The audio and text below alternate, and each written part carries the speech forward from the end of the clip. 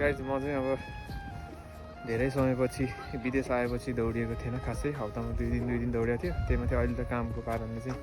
20 दिन ग्याप भएको थियो कि अब चाहिँ बिस्तारै रनिङ सुरु गर्नु पर्यो अब यहाँ पनि मैले त हल्का मचाउनेवाला छु यहाँ पनि म्याराथनहरू भयो भने भाग लिने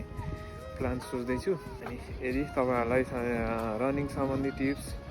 इन्जुरी सम्बन्धी टिप्स केही चाहिन्छ भने कमेन्ट गर्नु होला म त्यसको बारेमा भिडियो बनाएर हालिदिन्छु हेर्नु होला अनि तर एउटा कुरामा चाहिँ म कन्फ्युज छु कि बडी सडी बनाउने पक्का बनाउने कि रनिङ राम्रो बनाउने ज्यान सुकाउने यसमा चाहिँ म दुधारमा भएर चाहिँ मैले दुइटै केही पनि गरेको छैन अहिले मेरो लागि के ठिक हुन्छ तपाईँहरूले भनिदिनु होला रनिङ गरेर प्रोफेसनल टाइपको रनिङ गर्ने कि ट्याक्क रनिङ यो बडी साह्रै दुब्लो भयो म हल्का मोटाएर ज्यान बनाएर त्यो वर्कआउट गरेर बडी ट्याक्क टुक्क अलिकति हेर्दाखेरि नि मान्छे 2-4 जना ढल्ने टाइपको ज्यान बनाउने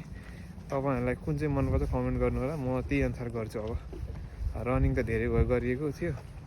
र अब आजबाट चाहिँ मैले रनिङ सुरु गर्दैछु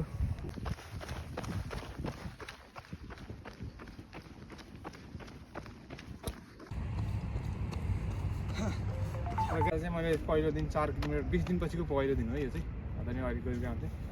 4 किलोमिटर पार गरेँ सजिलै त्यस्तो गाह्रो केही भएन अब कन्टिन्यू गऱ्यो भने अझै पनि शरीर फर्ममा आउने